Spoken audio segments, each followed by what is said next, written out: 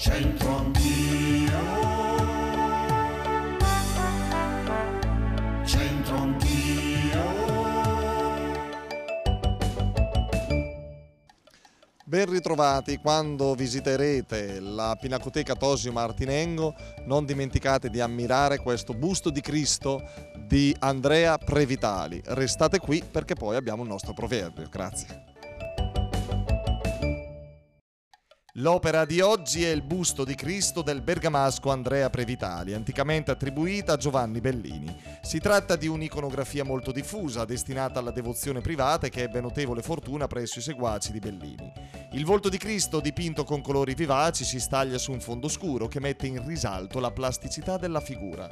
La limpida luminosità di ascendenza nordica, la resa dei volumi e i colori accesi permettono di collocare l'opera intorno al 1512, quando Previtali mostra di cominciare ad assimilare gli influssi di Lorenzo Lotto. Rieccoci, siamo alla Cremeria Italia anche oggi in via Ponte Crotte a Brescia. Sentite il proverbio di oggi: a fal galantom no se diventa sior. Sentiamo che ne sanno i clienti.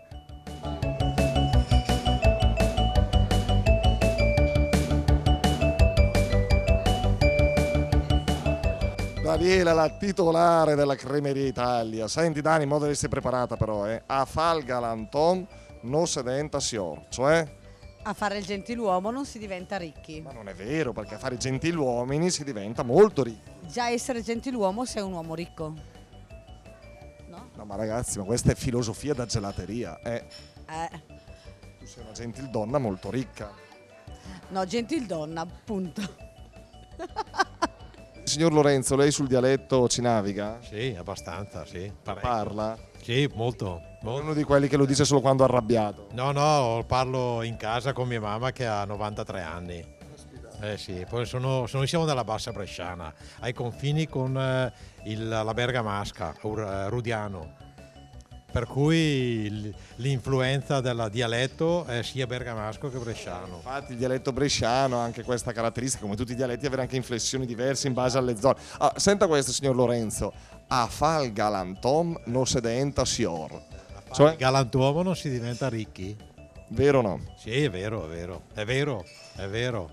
che vuol dire? Allora non si può fare il galantuomo. Esatto. È un proverbio che calza a pennello ai giorni nostri. Perfetto, Ada. È perfetto. Ma noi dobbiamo essere... È un galantuomo suo marito, signora? È un galantuomo, però non può essere ricco.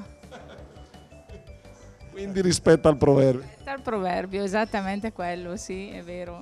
No, questo l'ho mai sentito davvero. Sì, però il capisce a fare il galanton che è... Dica. È vera questa cosa, per cui se al giorno d'oggi fai il galantuomo, ti comporti bene, correttamente, non diventi ricco. Sarà anche vero. Pietro, a fal galantom non se diventa sior. Hai capito? Vera. Dai, prova a tradurlo. No. A tradurlo? Sì. Va bene, a fare il galantuomo non si diventa signori. Ma secondo lei risponde al vero oppure no questo proverbio? Sì, Come dire, l'onestà non paga? più o meno. A fal galantom non se diventa sior, ma noi vogliamo pensare e sperare il contrario, ad essere galantuomini, a comportarsi sempre bene e correttamente, e volendo bene alle altre persone si diventa pure ricchi. Però il dialetto ci insegna il contrario. Va bene, grazie, al prossimo appuntamento.